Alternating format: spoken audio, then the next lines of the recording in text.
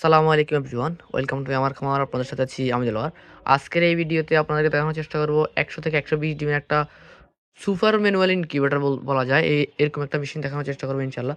তো এটা হচ্ছে কেন সুপার ম্যানুয়াল ইনকিউবেটর বলা হয়েছে? কারণ হচ্ছে এখানে আমাদের খুবই হাই কোয়ালিটির একটা ককশিট বক্স দেওয়া আছে। যাতে করে হচ্ছে আমাদের সামনে যেহেতু গরমকাল আসতেছে, গরমকালে আমাদের প্রচুর পরিমাণ লোডশেডিং এবং কারেন্ট চলে যাবে। তখনের জন্য আমাদের এখানে প্রায় যে বক্সটার পুরুত্ব প্রায় ২ ইঞ্চির মতন পুরুত্ব দেওয়া আছে।